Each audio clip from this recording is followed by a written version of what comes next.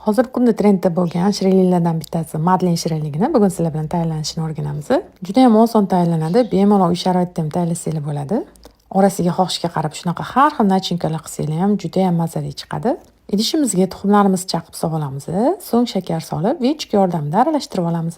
Eritilgan sariyog'imizni ham qo'yib, yaxshilab aralashtirib olganimizdan so'ng elangan un solamiz. Razrixlitel solib bir xil massa qilib aralashtirib olamiz. Tayyor bo'lgan massamizni maxsus silikon qoliplarimizga solib olgandan so'ng qizigan duxovkada 170-180 graduslar atrofida pishirib olamiz. O'rtasiga xohishga qarab har xil nachinkalar tayyorlab solsanglar bo'ladi.